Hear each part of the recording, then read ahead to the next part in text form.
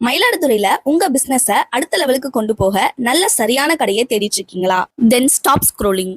நீங்க எதிர்பார்த்த கோல்டன் லொகேஷன்ல நம்ம மயிலாடுதுறையில இத்தனை நாளா மறைஞ்சிருந்த இந்த கடைகளை பத்தி உங்களுக்கு தெரியுமா? கடை எங்க இருக்குன்னு தெரிஞ்சுக்கணுமா? அப்ப இந்த வீடியோவை ஸ்கிப் பண்ணாம ஃபுல்லா பாருங்க. அஸ்ஸலாமு அலைக்கும் உறவுகளே, உங்க தொழிலை மேம்படுத்த டவுன்லயே சென்ட்ரான இடத்துல கீழே 8 கடை, மேல 9 கடைன்னு மொத்தம் 17 கடைகள் உங்களுக்காக காத்துட்டு இருக்கு. உங்க பிசினஸ் பிரமாதமா நடக்க இவ்ளோ பெரிய கமர்ஷியல் ஸ்பேஸ் வாடகைக்கு கிடைக்குது, அதுவும் சிட்டில இருக்க மெயினான இடத்துல.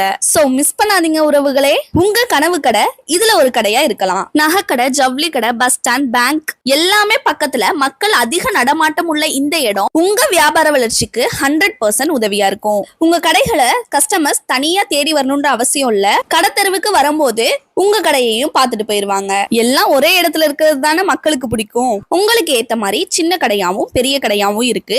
சரியான காற்றோட்டம், வெளிச்சம், தனித்தனி மின் இணைப்பு, டாய்லெட் வசதிகள், பாதுகாப்பு வசதி, இது எல்லாமே இருக்க அமைதியான விசாலமான இடம். இவ்வளவு சிறப்பம்சம் உள்ள இந்த கடை எப்ப வேணாலும் புக் ஆகலாம். எல்லாம் சரி, அட கடையோட லொகேஷனை சொல்லுமா, இததானே கேக்குறீங்க?